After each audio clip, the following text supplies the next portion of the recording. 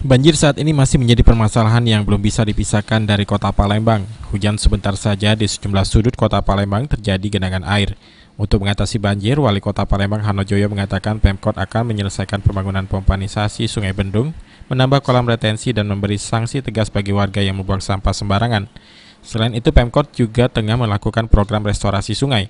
Melalui program gotong royong dengan dibantu warga, aliran sungai yang selama ini terhambat oleh sampah dinormalisasi, sehingga diharapkan dapat mengurangi terjadinya genangan air ketika hujan.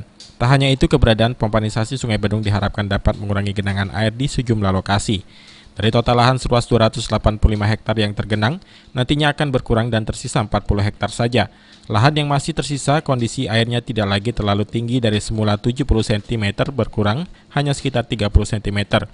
Diharapkan pembangunan pompanisasi Sungai Bendung ini ditargetkan selesai pada akhir tahun 2018.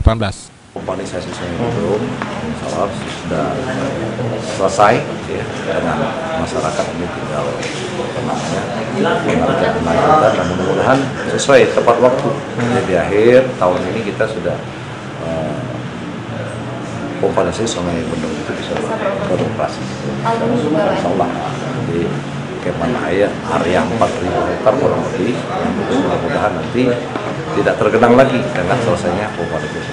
Bahkan tadi ada beberapa kolam retensi yang disarankan, yang betul-betul fungsi kolam retensi ini kita maksimalkan. Artinya pada saat hujan dia betul-betul menjadi tempat penampung. Julius Tumban Gaul, PAL TV.